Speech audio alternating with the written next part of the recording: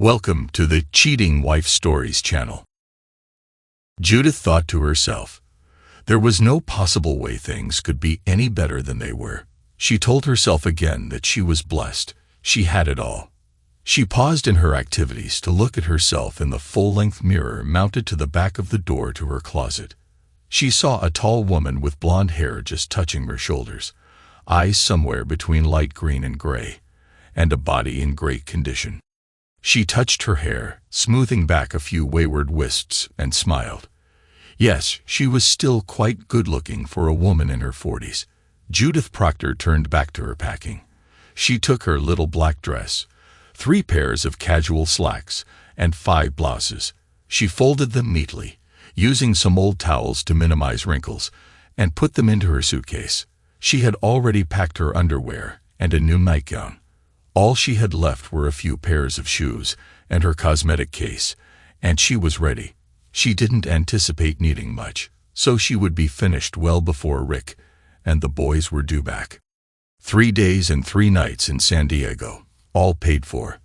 The launch of the Dalton-powered drill SLS screwdriver combination aimed at the women's market was finished, and it had been a complete success. Dalton Industries was sending her and her project co-chairman on an all-expenses-paid trip to the Redstone Resort in San Diego as a bonus for meeting and exceeding all project goals. It was business, of course. There would be 2 days of self-congratulations and motivational speeches, and the last day exhorting them all to do it again. But overall, there should be a lot of free time. All she had to pay for was some shopping and souvenirs for Rick and the boys. She wanted to get something extra nice for Rick for being so understanding about this trip. She had been a little afraid to mention it to him when the opportunity presented itself at work. Judith was one of the top designers for Casual Creations, a company that took consignments from other companies that wanted to market a particular product. Casual Creations designed the product styling within the design framework, created the packaging, and scheduled the advertising. They could take a product from inception all the way through launch, with each department doing its part in the overall scheme. Judith was a packaging specialist, her forte being the graphics and pictorial presentation. She was very good at it and well paid for this product. In addition to her usual work, she had also offered a contemporary design that the company loved. This project was especially interesting to her, and she had spent many long hours perfecting it. When she proposed it to Rick, he was pleased that the company would do this for her but wasn't thrilled about her being gone for that long. After all, he pointed out, she had spent many evenings away from home working on the same project that now wanted to send her away again for 3 days. She had patiently worked on his sense of fairness to convince him that she had earned this by working hard and wanted to do this. Eventually, he gave in, though not without some reluctance. As she thought about it, she was surprised at how easily he had given in. She had expected days of complaining and whining, but he only protested for a couple of hours before conceding. She closed her suitcase, checked the locks to be sure they were set, and pocketed the key. She picked up the bag and went downstairs to check on dinner. She had fixed a pot roast with baby potatoes and carrots, and had baked a coconut cream pie that she bought frozen as she was never very good at pastries. She wanted to set a nice table tonight before she had to leave for the airport. Rick had said they could eat at 5:30 rather than their normal 6:15 to give her time to spend with them before they left. She saw that everything was right on schedule. She remembered the night before when she and Rick had shared a particularly passionate moment. Rick had been unusually intense, which had made the experience quite memorable. The thought of being away for 3 nights made her want to make this night special for him. Since his vasectomy, they no longer needed protection, and they had enjoyed each other thoroughly. It had been very satisfying for both of them. Rick had always been an exceptional partner, and he had never disappointed her. Even after the birth of their 2 boys, their intimacy had remained strong, though there had been a brief period of adjustment during the early stages of this project. However, things had improved, and she preferred not to dwell on that time. Rick was her husband, and together they had built a wonderful home for each other and their 2 boys, Will and Robert. Will, the older, was almost 9 years old now, while Robert, at 7, often acted more mature than his brother. Will was the carefree one, and Robert was more serious. They complemented each other well, and she loved them both equally. Rick and Judith had met 15 years ago at a party hosted by a mutual friend. They had hit it off immediately. At that time, Rick was 25 and Judith was 23. Although they both graduated from Rutgers University, they hadn't crossed paths while on campus. They dated for nearly 2 years, both committed to their careers, and eventually moved in together and married. Judith remembered the night Rick proposed as one of her favorite memories. Their life together had been wonderful, and when they felt ready for children, they were blessed with 2 healthy boys. She truly felt she had it all. She felt a slight chill at that thought, but attributed it to nerves about the trip. She was waiting when the kids came through the door and gathered them for hugs and kisses, which they pretended embarrassed them. Rick was right behind, and together they ushered the boys upstairs to wash for dinner. Once they were gone, Judith wrapped her arms around Rick to give him a heartfelt kiss and hug. She noticed the tenseness about him, but before she could say anything, he relaxed, returned the hug and the kiss, and then gently pushed her back. "What's this? Miss us already? You haven't even left yet," he teased with a smile, though she saw a shadow in his eyes that the smile didn't fully brighten. "Just glad to see my 3 men. I want to spend this time with you before I have to leave for the airport," she said, clinging to him. "You don't have to go, you know.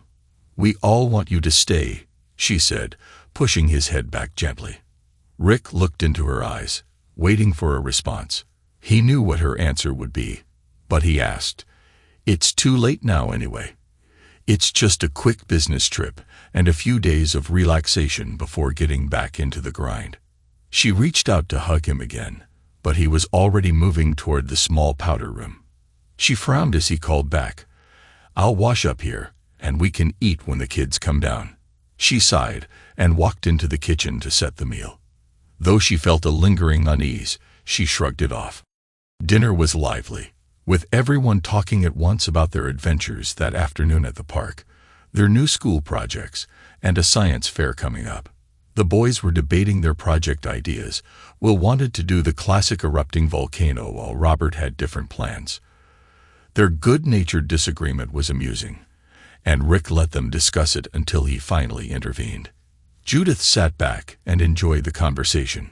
Eventually, it was time for her to get ready. Her bag was packed and by the door, and she only needed her briefcase and purse. She gave each boy a hug and a kiss before sending them off to play, leaving her and Rick alone. "I'm going to miss you and the boys. I wish you were all coming with me. But it's only 3 nights. I'll be back late Wednesday night. You'll be there to pick me up, right?" Judith asked. Rick smiled and nodded. "Don't worry, it's all arranged. You just go and have fun. I doubt you'll miss us at all." He gave her a big grin to show he was kidding, but Judith noticed the same shadow in his eyes. She had to get herself under control. This was crazy. Just as she was about to say something, the sound of a car horn interrupted her. "That's Rachel. I'd better go," she said. "Take care of the boys for me, and I'll call you when I get in." Judith gave Rick a final tight hug and a quick kiss before grabbing her bag and almost running out the door. Once at the car, she turned and waved to Rick, who had already closed the door behind him. She put her bag in the back seat and frowned once more at the closed door. She had a nagging feeling something was wrong, but told herself it was just her imagination. Inside the car, Rachel asked, "Ready for your trip? I bet you're looking forward to this. 3 days at the Redstone. I wish I could have gone with you guys, but I just couldn't get away. Good thing Wes could go in my place. I wouldn't mind spending a couple of days with him too. Too bad you're so happily married. It could have been fun." Rachel's flippant comment drew a laugh from Judith, but she sat back, reflecting on why she was doing this. But she had already discussed this with herself, and it was too late to change her mind. At the airport, Judith checked her bags, went through the ordeal of screening, and finally found her gate. She had just settled in when Wes Southern sat down beside her. He greeted her with a broad grin. "Ready for this? Just you and me in San Diego. Too bad we have to attend the meetings. We could spend the whole time relaxing and enjoying ourselves," he said, almost laughing. Judith managed a smile despite her reservations. "We have been in some unusual places, haven't we?" "Well, we'll make up for that this week," she replied, leaning back and closing her eyes. She had planned this trip meticulously, and Rick had no idea she intended to keep it that way. Now it was time to enjoy the rewards of her hard work and planning. When they announced boarding, she was relieved to find it on time for a change. She and Wes were in first class, so they boarded first. As she settled in for the flight, she wondered again if she was making a mistake. She and Wes had started their relationship about 2 months ago during the intense design phase of their project. One night, after nearly 12 hours of work, they had both fallen asleep on the couch in her office. Judith woke up to the sensation of someone's hand on her thigh and initially mistook it for Rick. When she opened her eyes and realized it was Wes, the pleasure was too strong to ignore, and they ended up being intimate. Afterward, they talked openly about what had happened. Judith was overwhelmed with guilt, but Wes reassured her that it was purely physical and that Rick would never find out. They agreed to keep their encounters discreet, only meeting when the opportunity arose, without seeking each other out. Judith convinced herself that this was different from an affair, and that keeping it separate from her life with Rick would minimize any harm. They continued to meet occasionally, always using protection as agreed, and managed to keep their secret.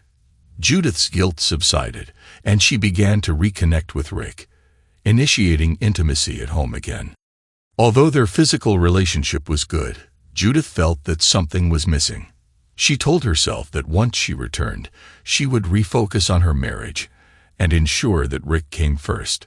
This trip was an opportunity to spend time with Wes outside of work, but she had refrained from meeting him in non-work settings to maintain a sense of control.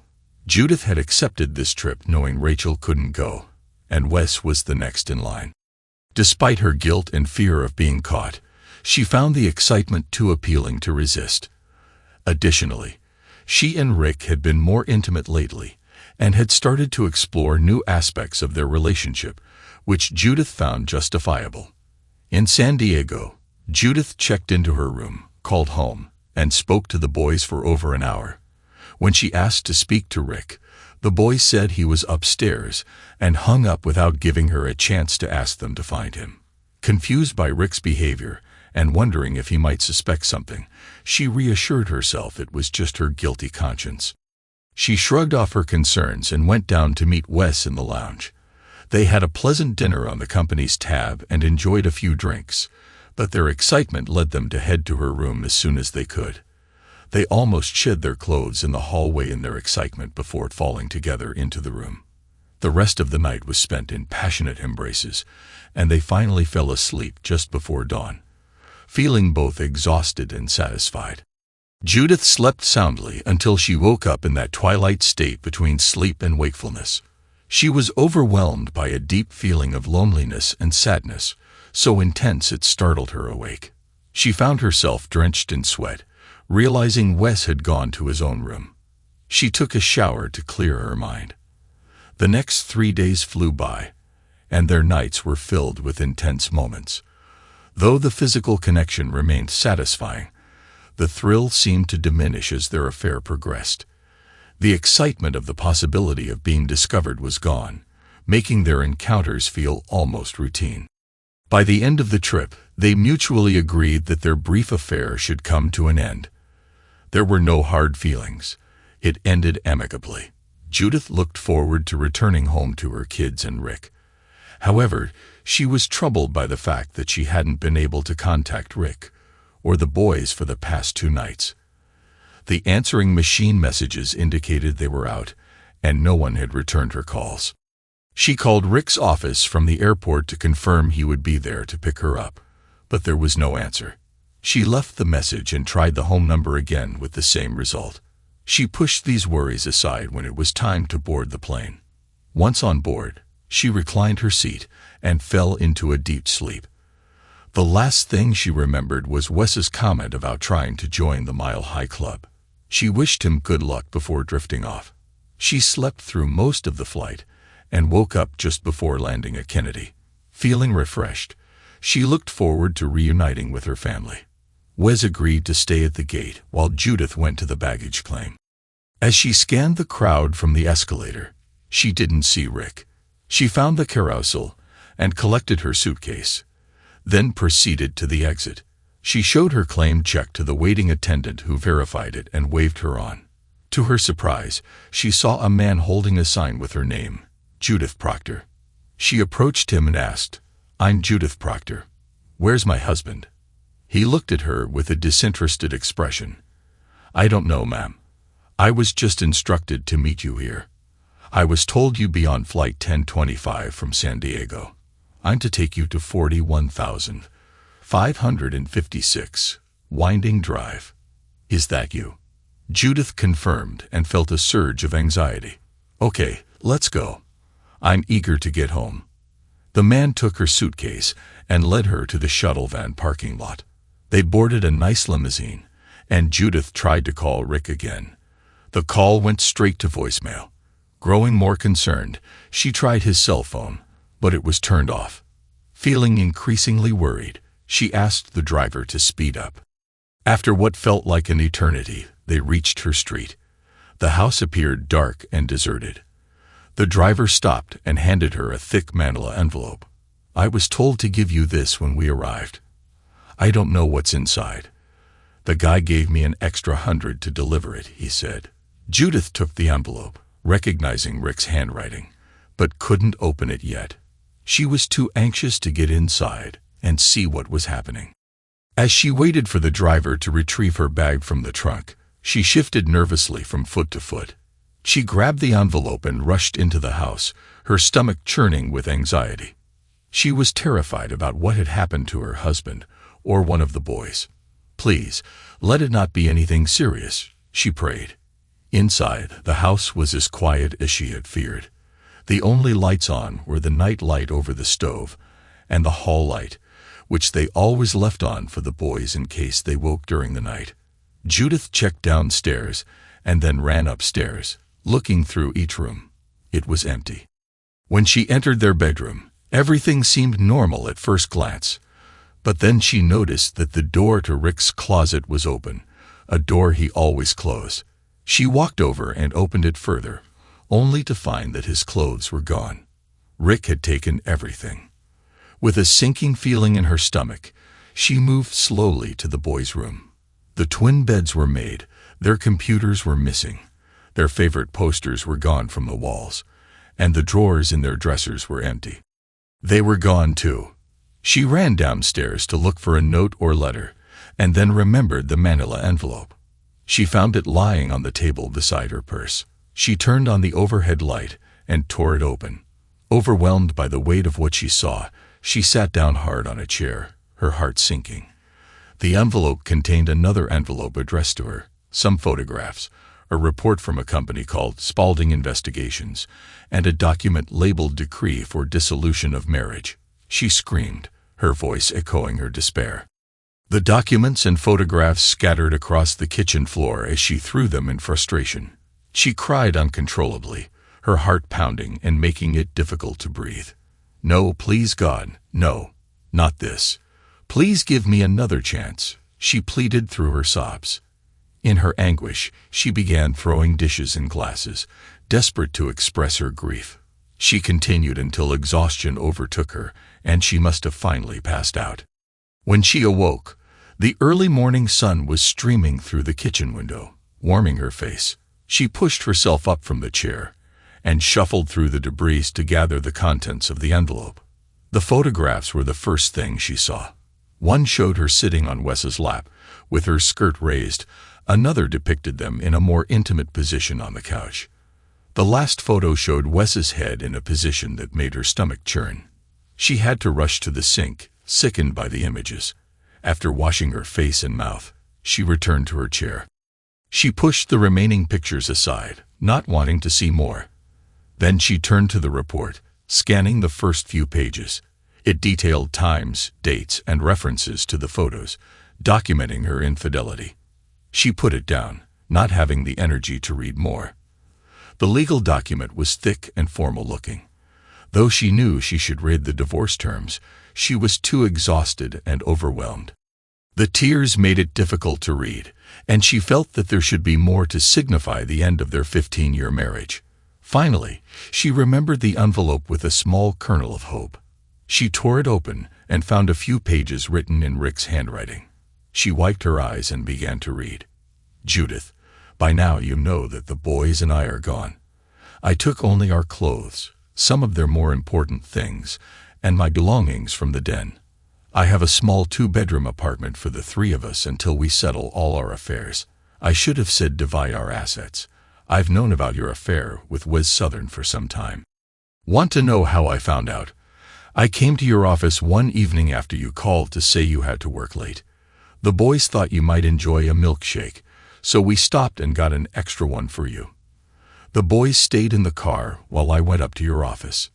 Pete, the guard, let me in when I showed him the milkshake. As I approached, I heard sounds that suggested you were with someone. I peeked through the door and saw you and Wes in a compromising position on the couch in your office. Thank God the boys had stayed in the car. I didn't enjoy watching, so I left, taking the milkshake with me. The boys and I went home and watched TV until you arrived. That was the night I told you I had a bad headache. You probably don't remember, but it was the first time you and Wes were together. She remembered it clearly and felt ironic guilt. She had been so consumed with guilt she wondered how she would face Wes, but when she walked in the door, he told her how sick he was, and she was relieved she didn't have to confront him. She had said a small prayer of thanks. She continued reading.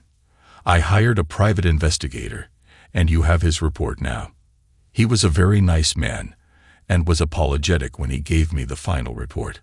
We were both hoping this was a one-time mistake, but it wasn't. He installed a camera in your office when I copied your office key, the one you keep under the key ring. He said it made it easy for him. I have to admit, you really got into it with Wes. You looked very involved, but I couldn't look at many of the pictures. It was too painful. When you mentioned the trip and how excited you were, I agreed, knowing it would give me time to move our stuff out without you knowing. I didn't initially understand why you wanted to go so badly, but after making a few calls to your office, I learned that Wes was going with you. That was one of the lies you told me. You said it was just you and a couple of others, but it was actually just you and Wes. I bet you had a good time without worrying about getting caught.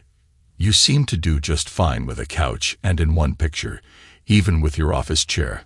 I don't understand why you chose to betray us, Judith. You not only cheated on me, but also affected the boys. Your actions have tainted the home we built together. I could have forgiven a mistake, but this was a planned betrayal. When I promised to love, honor, and cherish, I meant it. Apparently, you didn't. My lawyer will contact you tomorrow to work out visitation and custody. You love the boys, and I know you should be their primary caregiver, even though you are breaking their hearts now and will continue to do so as they grow older and understand what you did. I intend to let you keep the house so they won't have to move to a strange place. Seeing the pictures and what you did with him, my love for you has died. We have nothing more to discuss, so I won't be contacting you directly. I hope it was worth it to you, Judith. I'm sorry that what we shared wasn't enough for you. Now she understood the cold shivers and the anxiety she felt before. It was her conscience trying to warn her, and she should have listened. But it was too late. Rick was gone, and she had thrown it all away. Years passed, and both Judith and Rick moved on with their lives, finding success in their careers. Judith sat in her own company office, a business she built through hard work. She pushed papers around her desk, trying to make a decision. She told herself it shouldn't be difficult. After all, she owned the company and was considered one of the best in her field. She had received awards and a significant cash prize for increasing sales with her packaging ideas. But it wasn't going smoothly. Maybe she should bounce some ideas off Rick. He was always good at sparking her creativity. She picked the 3 best ideas she had been working with and began with the one that was her least favorite. "Let's see what he thinks of these," she said. "So this one is just an idea to show the product floating on a raft in the middle of the ocean with dark clouds in the background. Underneath the raft, we have the words, 'Always be ready for the worst possibility. Call Continental today. What do you think?'" She agreed that this one was pretty weak. "Maybe for something else," she said. "Let's move on to the next one." "Okay, then how about this?" she continued. "It shows a plane, a single-seater, maybe one of those double-wing jobs. The pilot sees the covering coming off and says, 'Oh darn, why didn't I prepare for something like this? I should have called my Continental insurance agent before I took off.' Still nothing, huh?" she replied, struggling to come up with a good idea. "Well, that's why I turned to him for advice, wasn't it? Okay, let's go for the final one," she said. This shows 2 people walking down the street, holding hands. In the background, a car is rushing towards them, but neither of them is aware of it. The guy says to the girl, "I got the papers from our Continental insurance agent today. We're covered for anything that could happen." In the background, the car swerves and hits a light pole instead of them. They remain unaware of the danger. "I like that one the best too," he agreed. "I think the client will like it. I'll get Clark started on it tomorrow. Tonight, I'm just too tired to do any more." She got up from the desk and turned off the light. As she turned, she saw her son standing in the doorway, watching her. He smiled, somewhat sadly, and asked, "Talking to Dad again? Seems you do that when you're stuck." "Yeah, baby, it helps. It always helps," she replied. And it did. She always felt better after talking with him. "What are you doing up? It's late, and you have school tomorrow. You should be in bed," she said. "It's fine, Mom. I'm just getting a drink of water. I'll be there tomorrow for sure. I don't intend to miss the final game," he said. "Neither will I. We'll be sitting right behind the bench like always. Robert and I will be the ones screaming the loudest." She laughed as he moved off to get his water. Tomorrow was the final basketball game of the season. Unless they won, the season would be over. But if they somehow won, which would be a miracle, they would advance to the state quarterfinals. She didn't think there was much of a chance, but Will was optimistic. As a starting guard, he had played in most of the games. At 17, he was tall and thin, but strong. He was a senior hoping for a scholarship, and he was certainly good enough. He was his father's son in that regard. She walked slowly down to the kitchen to watch her son finish his glass of water and wave goodnight. After he left, she sat down, not yet sleepy enough to head upstairs. Besides being a great athlete, Will was also a very smart boy. Not as smart as Robert, but still no slouch. He had overheard her talking to Rick, her ex-husband, in her den. She did it quite often, and Will never said anything negative about it. Robert, however, hated it when she talked to Rick. It made him angry. She understood why. Rick and she had been divorced after 15 years of marriage, and today was the anniversary of the day the final papers were delivered to her, making it official. She had told both the boys what she did when they were teenagers. She told Will first, since he was the oldest, and then Robert 2 years later. Both took it hard, and she had some dark days afterward. But they came to forgive her, and life went on. They were a little more subdued around her for a time, but she gave them their space and continued to be there for them. They eventually remembered it was their father she had cheated on, not them. During that difficult period, Rick never used her depression or her actions as a reason to take the boys away. After he left, he reconsidered and gave her full custody during the divorce. He wanted unlimited visitation, and she agreed without reservation because having the boys was all she had left. She needed them more than they needed her. They had it hard during her depression, but she never neglected them. When things got too bad, Rick would take them, but she always came back for them. They supported her, probably with some coaching from Rick. Overall, it was a strange but fortunate time for her. The boys grew up learning to cope with serious problems at home and became strong, confident individuals. She was proud of them and who they had become. She never asked them what Rick said when they informed him of their situation. Rick and she rarely spoke except to deal with problems about the boys or to make plans for their futures. Both of them did quite well financially, so there was never any issue with alimony or child support. They worked that out between them without needing lawyers or judges. Once their divorce was final, they began to establish methods of mutual support, which became a habit over the years. They got along well, with no unreasonable demands from either side. It was comfortable between them now after several hard and bitter years. She didn't believe he had forgiven her, but he no longer seemed to harbor resentment, which was a blessing for her. Why did she talk to him even though he wasn't there? Because she never stopped loving him or relying on him for support when she was troubled. The fact that he wasn't physically present wasn't much of a hindrance to her. She could see him as clearly as if he were there, hear his comments, and knew what he would say back to her. She could carry on a conversation with him without a hitch and always felt better after speaking with him. She turned to him whenever she was in trouble or had a problem she couldn't solve on her own. She never made a business decision until she had talked to him. Even her sons thought she was a bit eccentric, but it was enough to keep her sane and ward off the deep depression she faced.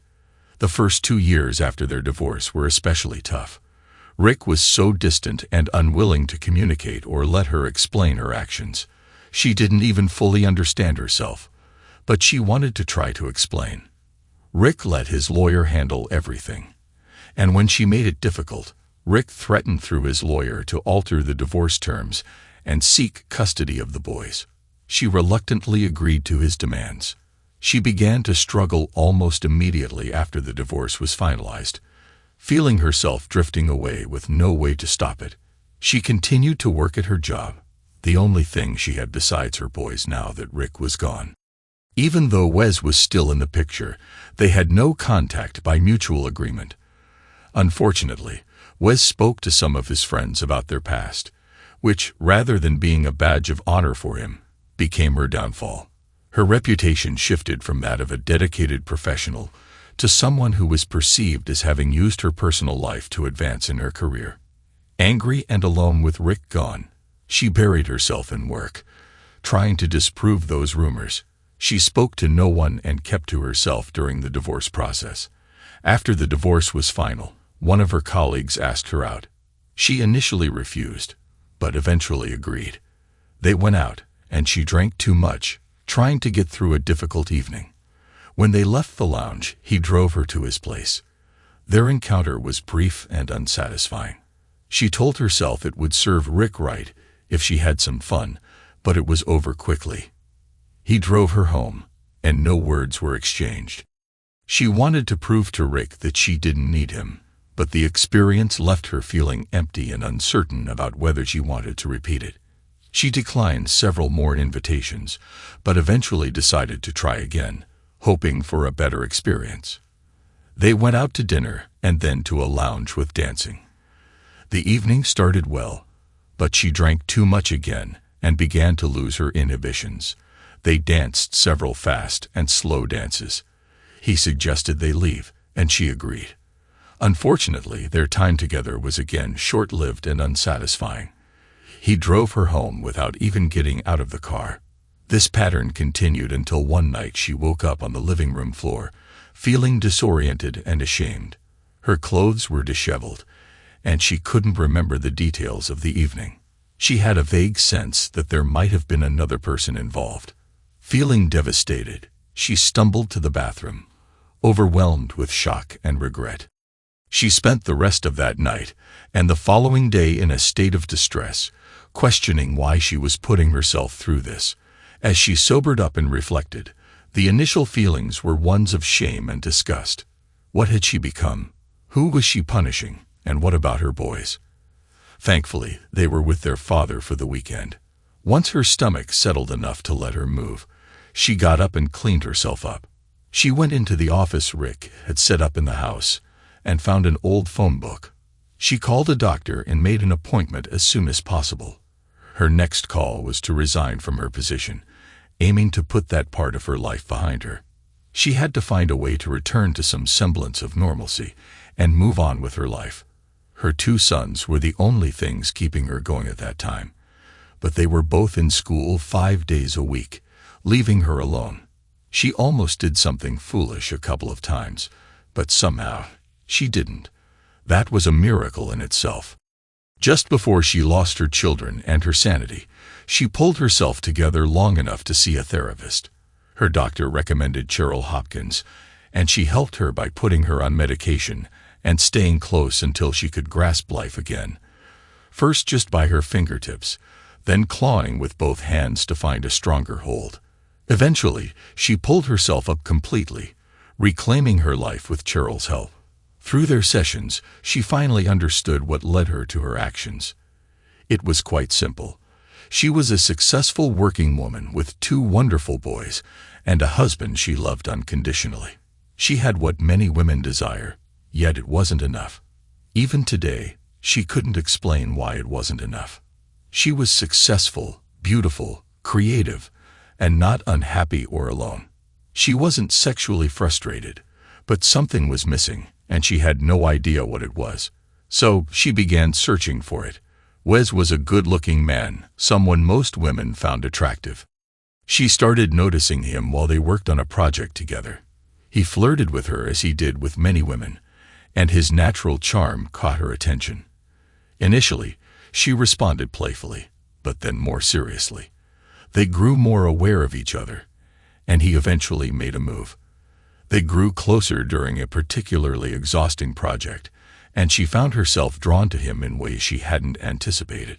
His touch was both thrilling and unsettling, stirring emotions she wasn't prepared to face. She tried to distance herself, but a few days later, in a moment of weakness, she gave in to the attraction. From that point on, they met in secret, and their connection deepened.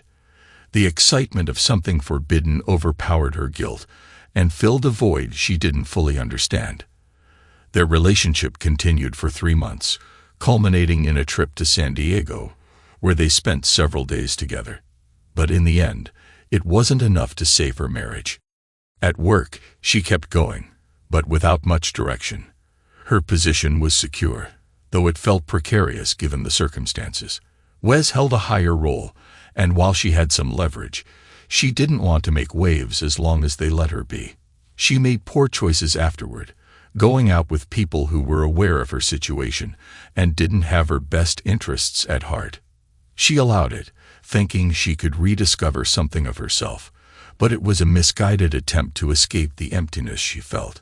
It was a mistake, and the encounters were nothing more than quick, meaningless interactions where she ended up lying and feeling empty. She was using them in a desperate attempt to escape the numbness that had taken over her life, but it was all in vain. The following morning, after that dreadful night when she couldn't even recall what had happened, she called her doctor. That marked the beginning of her slow, difficult climb out of depression. Cheryl was determined and wouldn't let her slip back down. She was unwavering in her support. It took nearly 2 years, but her treatment was effective. Even now, she continued to see her occasionally. During that period, she quit her job and distanced herself from those old connections. She had no desire to return to that environment. Once she had completed her recovery, which was appropriate for that time, she needed to find a new job. Rick had provided enough financial stability that she didn't have to work, and he continued to maintain the insurance for them. She had enough for the essentials, food, utilities, and the boys' needs. But for her own sanity, she needed a job. Returning to her old company was not an option. She was skilled in graphic design and packaging design, and she knew many people in that field. While her old company was one of the top in the industry, they often turned down smaller projects, which she was capable of handling on her own. So, she decided to give it a try. She obtained a business license and started her own small company, operating from home. She named it J. Proctor Packaging Concepts. She advertised online and through word of mouth to some of her former contacts. She also borrowed some money from the bank, using the house as collateral. Rick had given her the house in the divorce, so the boys could grow up in the only home they had ever known. They had significant equity in it, so she used some of that for a small loan to buy the equipment she needed for her business: a computer with advanced graphic capabilities, a large color copier, a drafting board, and a photo layout setup. She also acquired a system for cross-comparing multiple media, allowing her to transfer the best images to film for printing and modification. At the time, Will had just turned 13 and Robert was 11. They were a great help, giving her time in the evenings to work while they watched television, played games, and kept themselves occupied. Since they were too young to go out alone, it was an ideal situation. They compromised.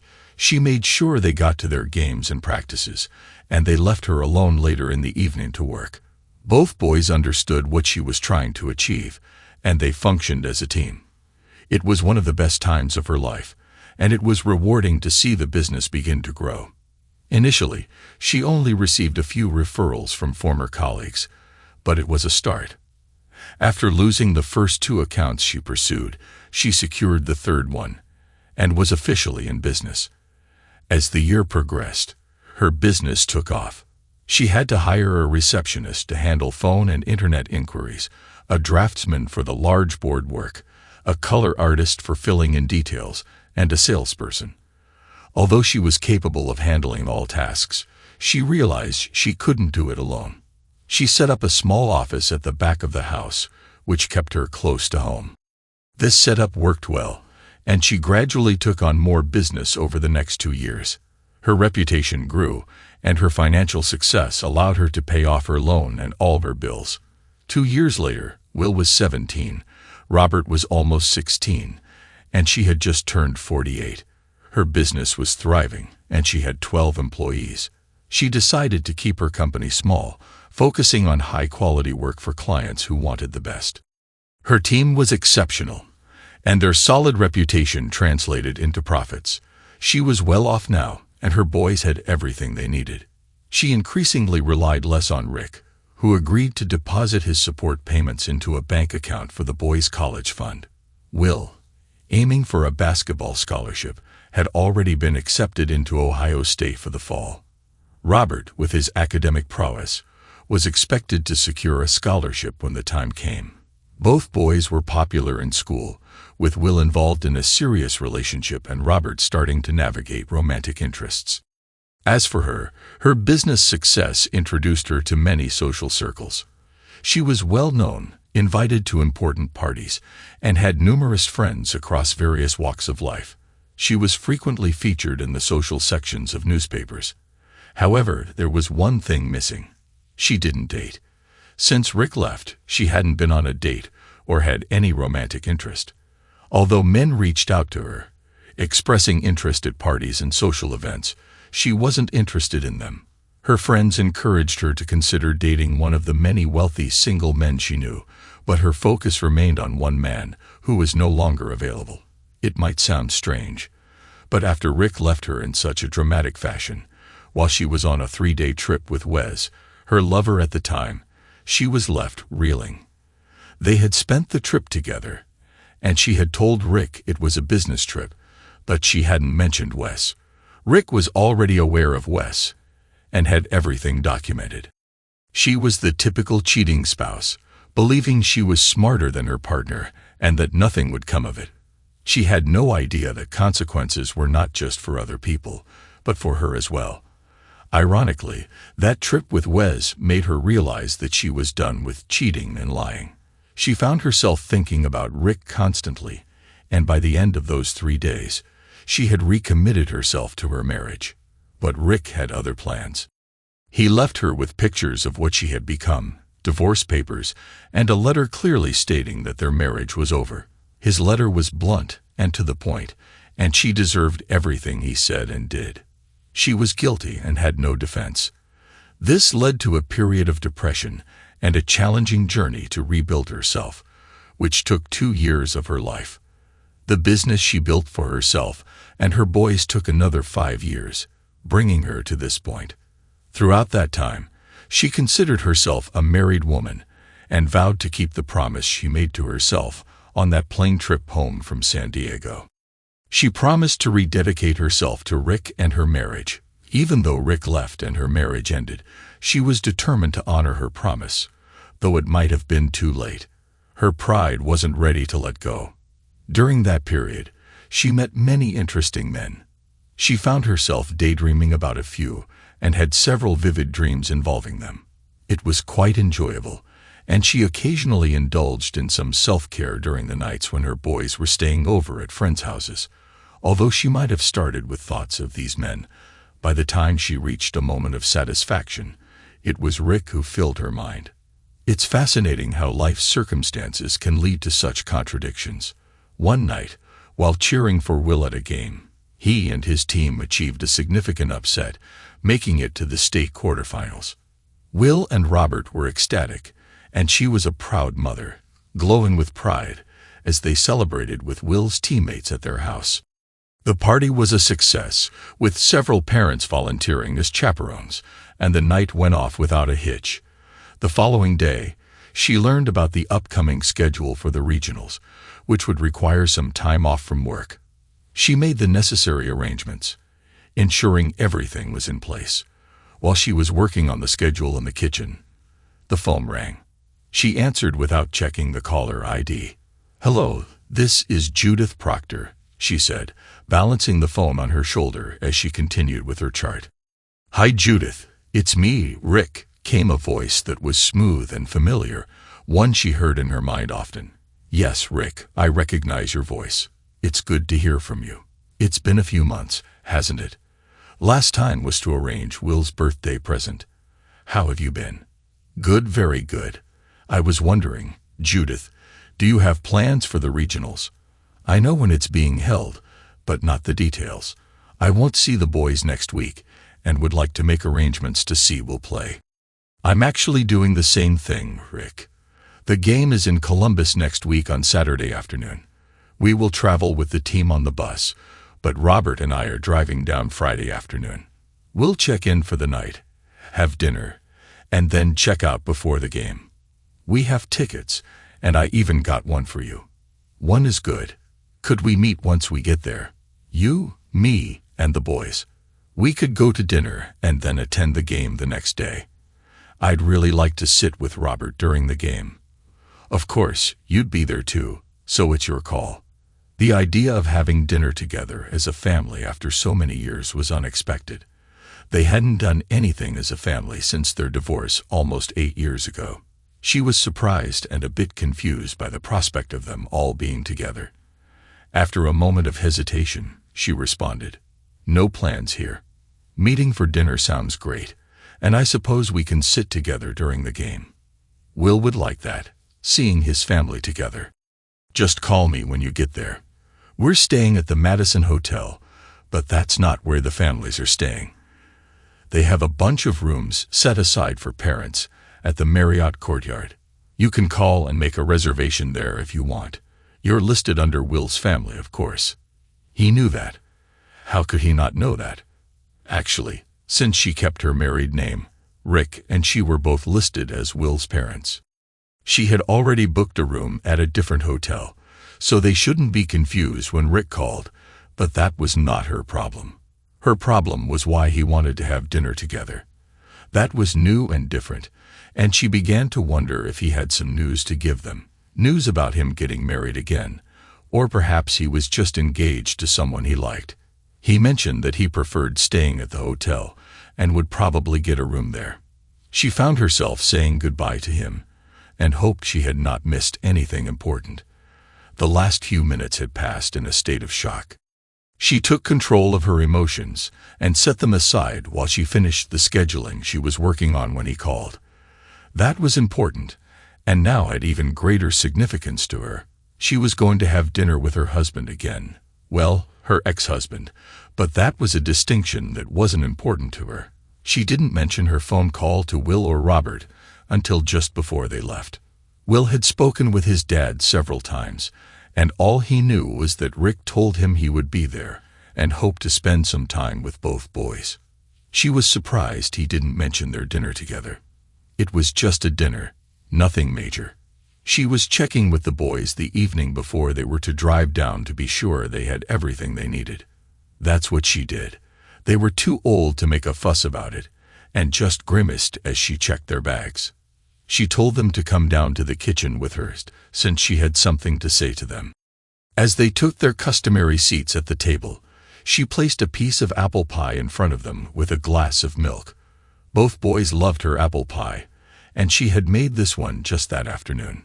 She had taken off work early to do that chore and to get herself ready for the drive down. Not that she was worried about the drive.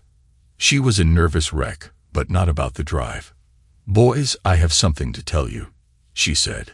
"Will, Robert, the three of us are having dinner with your father. We are going to be together for dinner the night before the big game."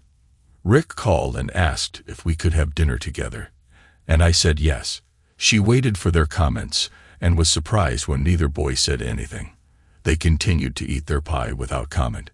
She was taken aback by their attitude, but after a few seconds, it occurred to her that they just took it for granted that they would be together for something this big. How they could simply accept it was a shock to her. To her, this was a huge thing. She hadn't been together with Rick for so many years that she saw it as a major event in her life. Apparently, it wasn't as big of a deal for them. Well, I guess it is a big deal for me. I haven't had dinner with Rick for almost 8 years now. He wants us to get together, and I am excited. I'm sorry for making a big deal out of it. No, Mom, it is a big deal, and we know it. Dad asked us if it was okay with us if he came to dinner with you and us. We said yes. Will was smiling at her as he gave her this bit of information. He seemed to think it was amusing. "Well, why didn't you mention it to me before? I felt like such a fool."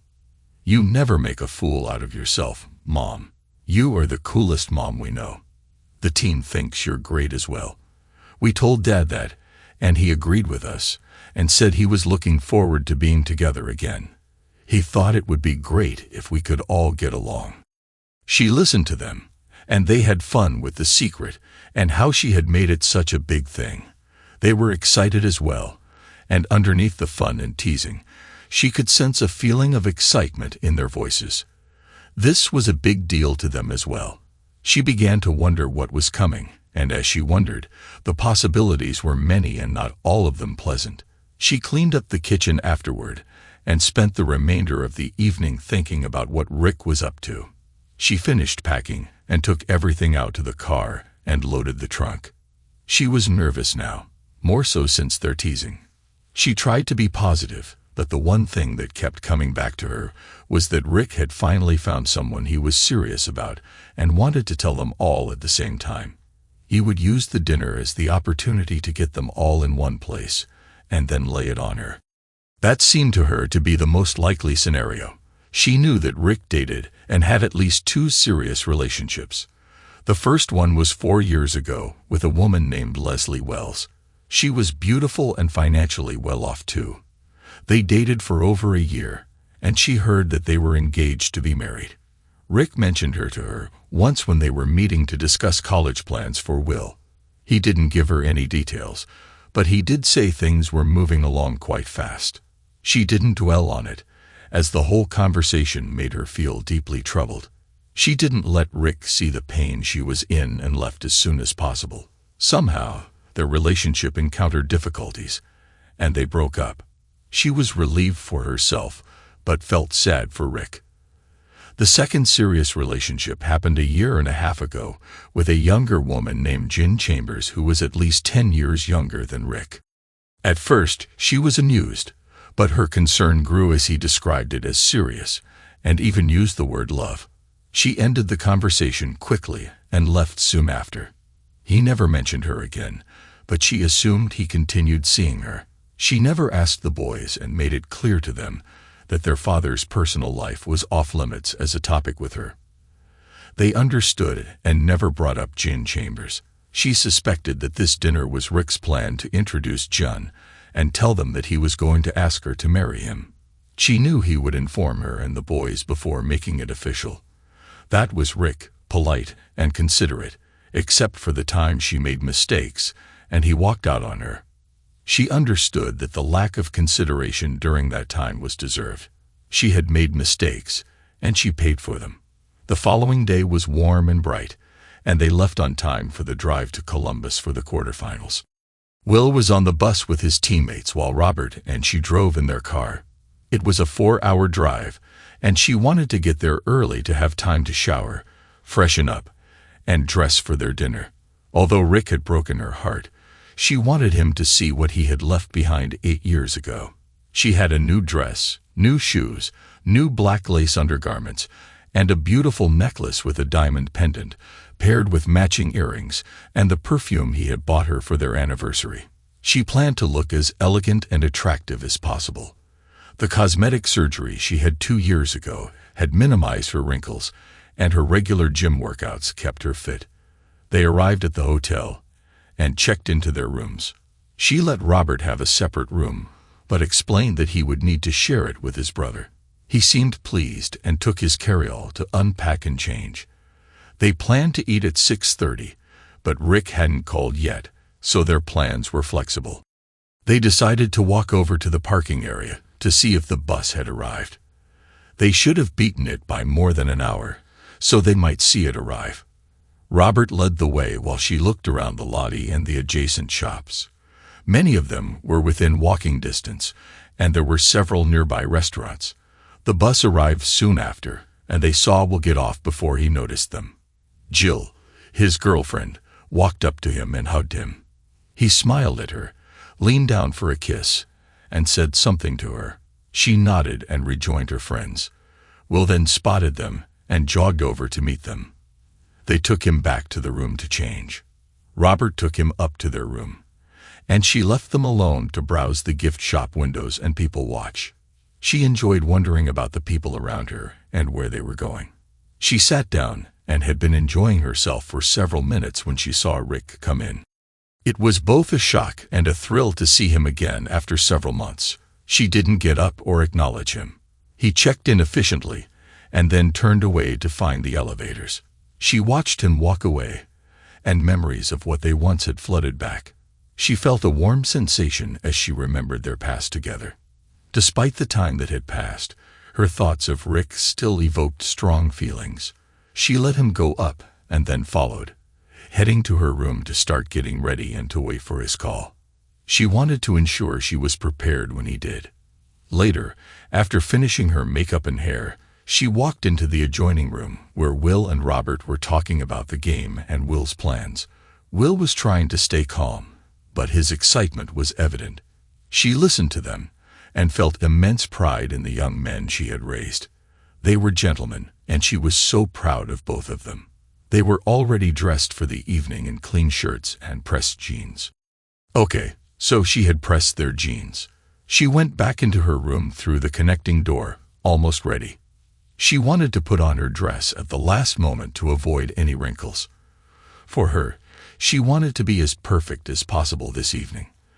As she was putting on her necklace and earrings, the phone rang. She picked up on the second ring to hear Rick's voice asking if they were ready. She told him they'd be down in 5 minutes and hung up. She began to panic. Oh God, what had I gotten myself into? Rick and she were going to be at a table together for more than just a conference about their son's affairs. She wasn't sure if she could even do this. She was already a nervous wreck and hadn't even left the room. She called out to the boys through the door and told them they were heading to the lobby to meet their father. Will and Robert came into her room, looked at her and the way she was dressed. She held her breath until they whistled and said, "Wow, Mom, you look great." Even though they were her sons, she needed to hear those words from anyone, even them. She fought back tears and simply smiled at them. Before he could move, she hugged Will tightly and kissed him on the forehead. He pretended to resist but whispered, "Go for it, Mom. Go for it." With those words, her fears fell away. She decided she would enjoy the evening with 3 good-looking men and let the consequences take care of themselves. She was going to have fun. She opened the door, waved her 2 companions out, and shut the door behind her. She put her arms through each of her sons, and together they walked down the hall to the elevator. After a short ride, they exited arm in arm and went in search of her ex. They found Rick waiting in the lobby, standing alone and holding a small box. As he saw them, he smiled and moved toward them. They met in the middle of the lobby, looking like a regular family, husband, wife, and two handsome boys. She felt strange for a moment until Rick started to talk. "Judith, you look amazing. You are absolutely beautiful." He was staring, and she was pleased to note that the effort seemed well worth it. She smiled back, a blush staining her cheeks. "Thank you, Rick. You look nice as well." That was all she could manage, but it was enough to break the ice. Rick looked her over, and the blush spread. She enjoyed the attention even if the thrill was not something typically discussed in polite company. He turned to Robert and placed a hand on his shoulder. "Hi, son. You look presentable for a change. I hardly recognized you without your Buckeye shirt." Then he turned to Will. Instead of a fatherly pat on the shoulder, Rick reached out to shake Will's hand firmly. They looked into each other's eyes for a brief second, sharing a thought between them. Rick then held out the small box. "Before we go to dinner, I want to give you something, Will. This was mine and was given to me by my father when I went off to college. He told me I should pass it on to my own son when the time was right. I think tonight, before the big game, is the right time."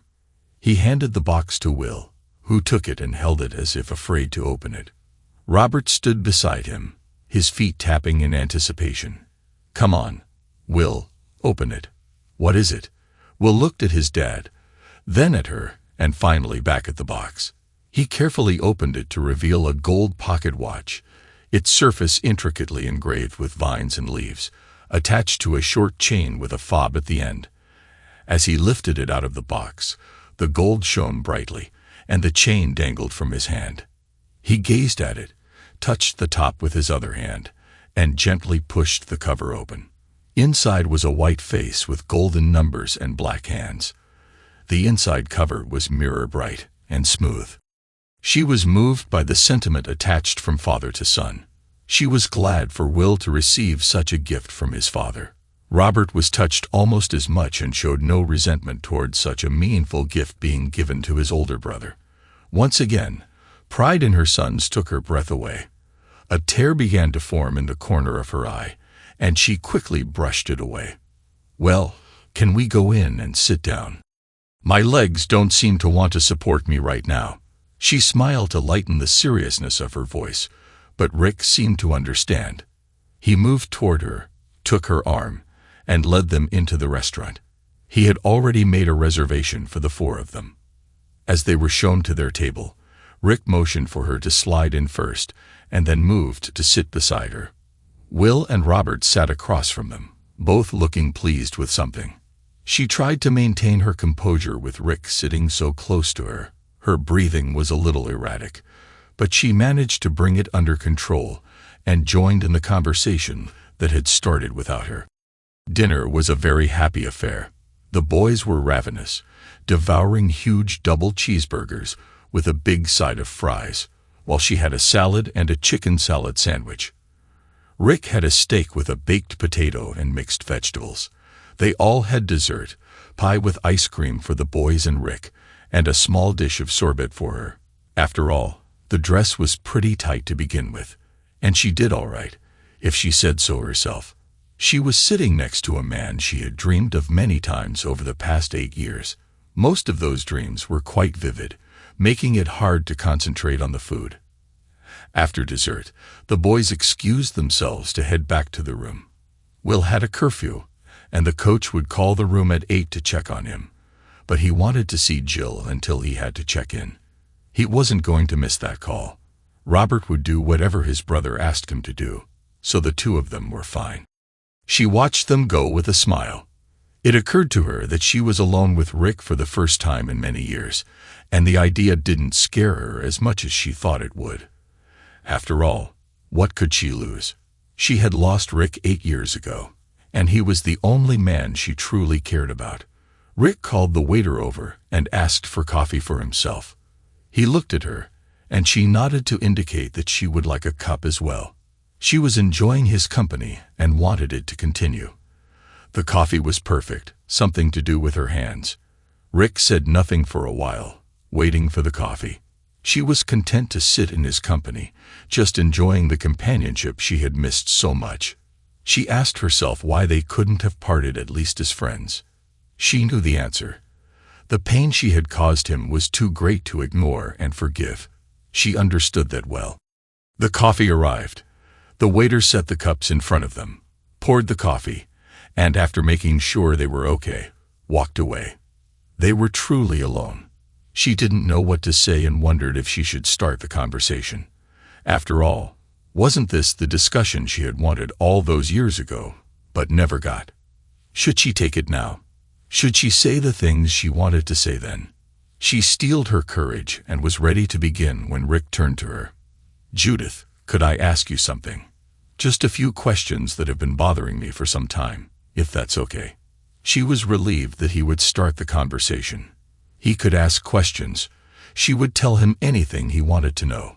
All she wanted was to lay herself open to him and let him ask or say anything that might allow him to forgive her.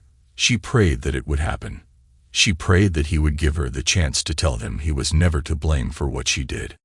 "Of course, anything, Rick. Just ask me." "Okay, first, is it true that you talk to me as if I'm there with you?" That was what he wanted to ask. God, she had hoped and prayed for this chance, and he wanted to know if it was true that she had always talked to him as if he were there with her. "Yes, it's true. I've always done that ever since I started the business.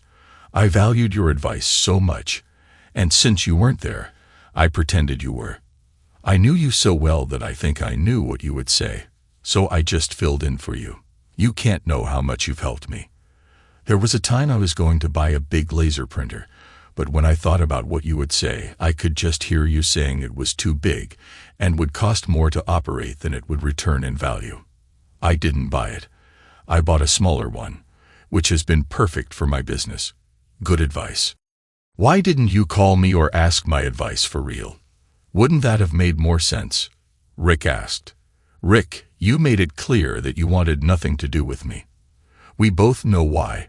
So why would I call you to ask for your advice?" Rick looked at her for a moment, nodded in understanding, and then looked away. She was afraid she had made a mistake by being too direct, but he turned back and continued, "You never date. Why is that? I know things didn't work out for you right after the divorce, but you are still beautiful and successful. I know any number of men who would love to go out with you. Why haven't you dated?" It was one of the questions she expected, and she was ready with an answer. She hoped it wasn't a mistake to be honest with him. What did she have to lose? She had made a mistake 8 years ago and paid a heavy price for it. She had no choice but to face that price. But one thing I learned from working with my therapist, Cheryl Hawkins, was that there was only one man for me, and that was you. I promised myself after working with Cheryl that I would be the perfect wife for you. She saw that Rick was going to object, so she quickly interrupted him.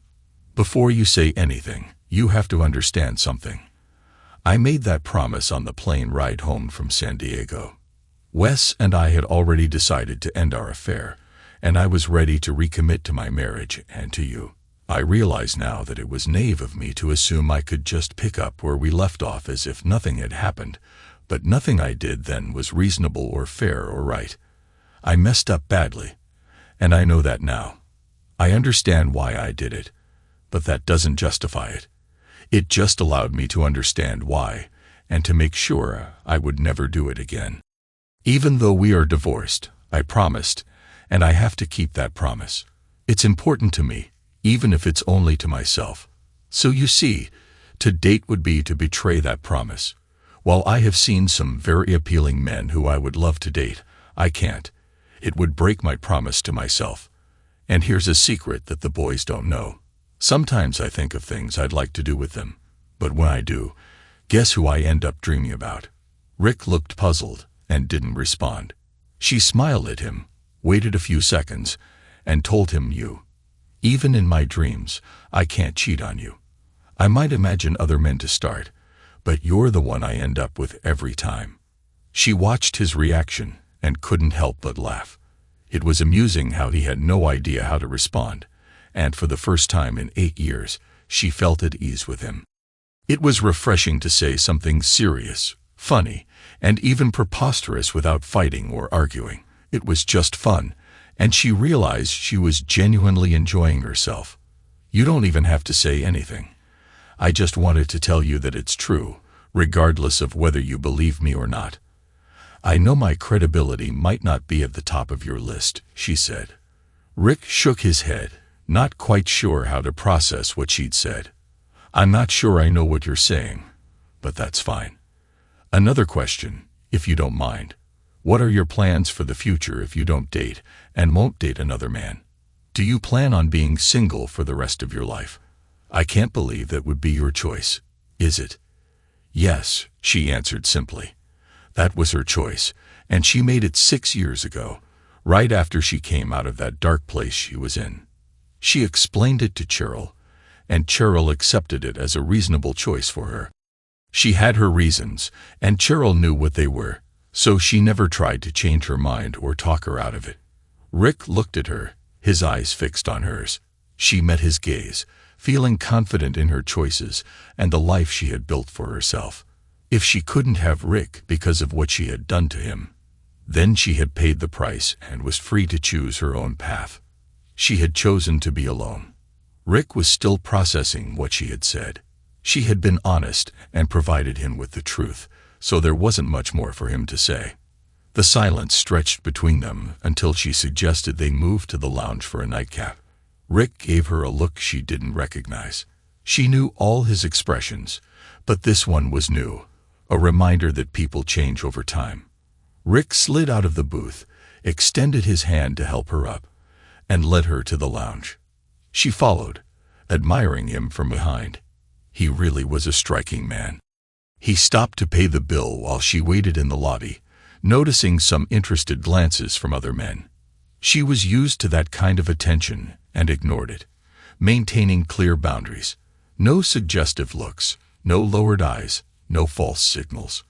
When Rick joined her, he took her arm gently and led her into the lounge. They were seated at a small table toward the back, and Rick chose to sit next to her rather than across from her. She was pleasantly surprised and showed it with a wide smile. He smiled back. Judith, I need to tell you something, Rick began. I've had a private detective check on you at different times over the last 3 years. I wanted to make sure that Will and Robert were not lying about how you lived. I never wanted to invade your privacy, but I was curious about your social life. Her smile faded at his words. She felt a surge of anger. After what had happened between them, and the way he had shut her out of his life, it seemed unfair for him to continue monitoring her behavior. Rick, after everything that happened, you had no right to investigate me. I never did anything like that to you. I kept my boys from discussing you or bringing any of your affairs into my home. I gave you your privacy. Why couldn't you do the same for me? Rick seemed to struggle with his response. I apologize. At first I convinced myself it was to protect the boys, but I knew that wasn't entirely true. You were a great mother, and they told me so many times. I knew they adored you and that you provided everything they needed to become the wonderful young men they are. Later, I told myself it was out of curiosity, wanting to understand how you lived without the constraints of our marriage. It was a shock to see that you weren't dating and only socialized with women or clients and their families. It drove me crazy trying to understand it. That's one reason I asked to join you tonight and for the game tomorrow. I needed to see you again and see for myself that you are happy and content with your life. I believe you are. You may not believe it, but you're not the same person you were before. This is definitely an improvement. As Rick spoke, she listened and surprisingly believed what he was saying. The Rick she knew would never invade her privacy without a significant reason. Even now, he was looking out for her and their sons. Well, I guess you had a reason, but I would have appreciated it a lot more if you had simply asked me. We talked from time to time. You could have just asked. Would you have answered me truthfully? Yes, Rick, I would. This is me, the person I became 5 years ago. I'm not the same woman who cheated on you and caused you so much pain. I know who I am now. I understand what I did, and I've paid the price. What's the expression? Oh, right.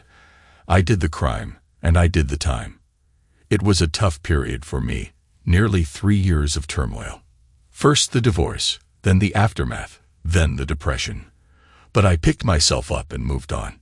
So yes, I would have told you anything you wanted to know. In fact, I would have welcomed the chance to explain what happened and why I did what I did. I've always wanted to tell you 2 things. You were never at fault for anything I did, and I am truly sorry for my actions. Rick listened intently. When she said the final words, she noticed his eyes widening and a hint of moisture suggesting he was on the verge of tears. Rick had always been a strong, proud man, and seeing him so affected was difficult. She decided to give him space and excused herself to the restroom. Once inside, she allowed herself to cry briefly to relieve some of the stress, then compose herself. She washed her face, reapplied her lipstick, and used eye drops to reduce redness. She was ready to return to the table. Rick greeted her with a warm smile and a look of pride as she returned. He stood as a gentleman would, waiting for her to sit before he spoke. Thank you for giving me time to compose myself. You always did know me better than I knew myself. She smiled at him, touched by his words. I still do, Rick. I still love you. She braced herself for any possible negative reaction, ready for anger, pain, or even disgust. What Rick said next surprised her. I believe you, Judith. I truly do believe that you love me now and that you loved me then. I never doubted your feelings. My decision to divorce you was not about believing you loved Wes more than me. It was about how deeply hurt I was by your betrayal. I tried to find a way forward, but when I learned about the trip to San Diego and the lies, it became clear that my love alone wasn't enough. I had to make the hardest decision of my life, to walk away. Even then, I never stopped loving you. I just couldn't forgive you or forget what had happened. As he spoke, her heart ached not just for herself, but for him. She remembered the pain of being cast out, but she hadn't fully grasped the extent of his suffering until later, through introspection and therapy. She understood now that his pain was greater than any she had endured. Rick, please don't blame yourself. I understand why you couldn't forgive me, and I don't fault you for it. I know what I did, and I carry that shame. You've been fair to me over the years, cooperating with our sons, and never holding my actions against me. I'm grateful for this chance to say what I needed to say. It's a gift I will cherish. Thank you. Rick looked at her with an expression she couldn't quite decipher, but it wasn't anger or resentment. She felt a sense of relief and hoped that perhaps they could move forward as friends. To steer the conversation to safer ground, she asked, "Tell me about Jen Chambers. The last I heard, things were getting serious between you two. Is she about to become the next Mrs. Proctor?" Her stomach flipped at the mention of Jen, but she thought opening the conversation about her might make Rick comfortable enough to discuss a potential marriage proposal. Rick's expression shifted to surprise. Perhaps he hadn't planned to bring her up, or maybe it was still too soon. He shook his head and replied, "I haven't seen Jen in almost 2 years. I'm surprised you even remember her. You mentioned that you thought you might actually love her the last time we talked about her. I thought marriage might be in the cards," she said. "You were quite taken with her. She was young and dynamic, and I thought you might be able to keep up with her. It didn't work out, though. I'm not seeing anyone now. I haven't been with anyone since." "Why?" she asked. "You're still as captivating as ever. You're successful, good-looking, and well-off. What's stopping you?" Rick sighed. "I can't seem to find anyone who fulfills me completely. Some women were too assertive. Some were not assertive enough. Some weren't good in bed, and others were just looking for someone to take care of them. None of them had everything I wanted. There was one woman who had it all, but it didn't work out." She leaned in, intrigued. "Was she someone special? Someone who let you go?" "Yes, she was you. Rick said quietly. And yes, she did let me go. Actually, she pushed me away. It was a shame because she was perfect for me. Her heart raced. This was her chance for something she had once given up hope for. If she didn't try now, she would regret it forever. She took a deep breath and spoke from the heart. Maybe she learned her lesson. Maybe she's wiser now and understands what she had with a man like you. Perhaps she's ready for a future together and won't repeat the same mistakes. Do you think that's possible? Could she be different this time? Rick's gaze was serious. Why would she make the same mistakes again? I don't think I could handle that. The first time was too painful. I believe she would do everything in her power to avoid causing that kind of pain again. She looked at Rick, holding her breath. Could he forgive her? Had the years softened his heart enough to allow for a renewed connection? She held his gaze, hoping he could see the truth of who she had become. Rick didn't say anything but reached for her hand. She placed it in his, her heart pounding. If he didn't speak soon, she felt she might lose control of her emotions. The night had taken an unexpected turn, offering a chance she believed was lost forever. She was on the edge, waiting for his response. I believe you because I want to believe you, Judith. I have to believe you if I want to be happy. I haven't been happy for the past 8 years. I've tried to forget you and move on, but it hasn't worked. None of the women I've met were you, and that's what I was searching for. I've come to realize that there's only one woman for me, he said. She felt her heart swell with hope, believing that they might have a chance to start anew, that all the pain and regret might lead to a second chance at love. But Judith, Rick continued, and her heart stopped. The only thing I can say today is that I forgive you. I forgive you for destroying my family and my marriage. All these years, I tried to move on but couldn't. I was held back by anger. Now, I let it go. I hold nothing against you now. No anger, no hate, and finally, no love. He released her hand and stood up, his eyes sad but resolute. She felt as if the ground had been pulled from under her feet. Rick, wait, she started, but he gently shook his head, signaling that the conversation was over. Without another word, Rick walked away, leaving her sitting alone in the lounge, overwhelmed by the sense of finality in his words. Will's team was defeated in the quarterfinals, but they cheered him on despite the loss. He played brilliantly and earned the scholarship he wanted. His father and she were proud of him. He went on to play in college, graduated with a degree in business management, and eventually took over his father's company. Along the way, he married Jill, his high school sweetheart, and they have 3 wonderful children. Robert earned an academic scholarship to Harvard, where he pursued a career in law and graduated with honors. After completing his degree, he joined a practice in New York City and quickly earned a reputation as a determined and effective lawyer. Eventually, he started his own practice, which now includes 4 lawyers. He recently proposed to a woman he met through his work, and they appear to be deeply in love. They wish them all the best. Rick and she met several times after their separation. He was always kind to her, though it felt as though his kindness was more a matter of formality than genuine warmth. Despite the fact that she still cared for him, it was clear that their connection was no longer there. She couldn't blame him. She was the one who had changed their relationship. She continued running her company and allowed her partners to take on more responsibilities while she worked less. When Rick decided to pass on his company to Will, she made a similarly difficult decision and sold her company to a group of her employees. They reached an agreement, and she retired for good. She celebrated her 60th birthday with a gathering of friends and family. Although she put on a brave face and engaged with everyone, she couldn't shake the feeling of emptiness. She had a home, a car, and her sons, but she lacked someone to share her life with. Rick passed away a year later. He never married, and his quiet departure came in his sleep. Seeing him in the casket, white-haired, clean-shaven, and still handsome, brought back memories of what they once had. Though he had left her years ago, his passing felt like another loss. She still visits his grave, but she struggles to find words. the regret of her choices remains, and she often finds herself thinking, if only I hadn't made those decisions. The only solace she has is in the memories of what might have been. Thanks to everyone who took the time to listen to today's stories. If you enjoyed it, please consider liking and subscribing if you haven't already.